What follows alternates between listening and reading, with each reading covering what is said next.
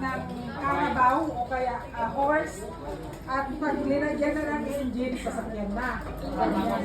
Oo, sa Japan, karuwake, gano'n. So, ganyan. So, ganito din ang itsura ng camera noon, di ba? Gaganon pa siya.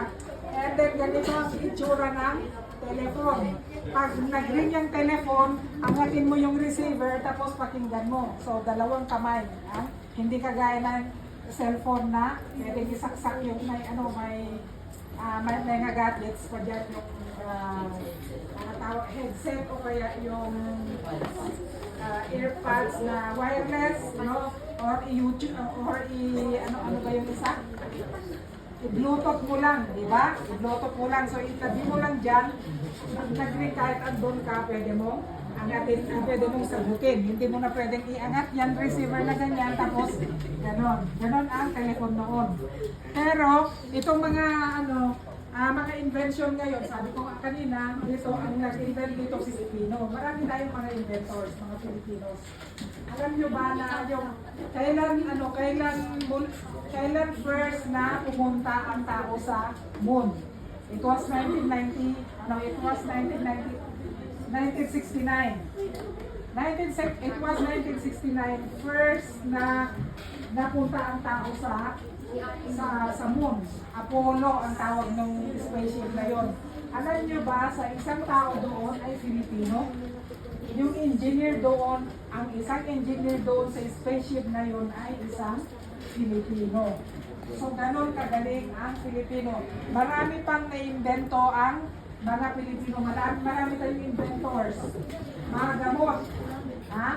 Marami nag-invent ng gamot, sabon. Diba? Yung sabon natin galing sa coconut.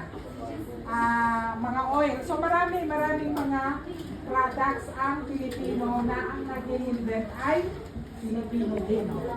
Okay? So ganon katalino ang mga Pilipino.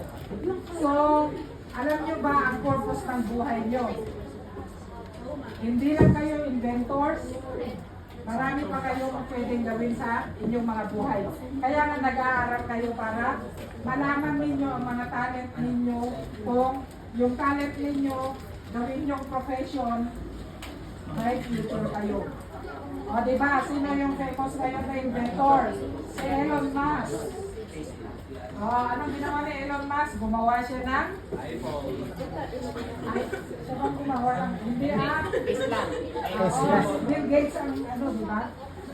Sila mga ganyan inventors. Ang ginawa niya ngayon ay robot.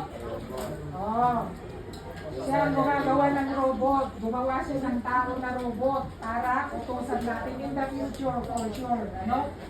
Maybe 20 years from now. Makakatulong na natin ay mga robots. Ganon kabilis. Sino class advisor yun? Ang gagawin na lang natin is sasubmit ko itong video. i-program natin sila. Yes? Good afternoon.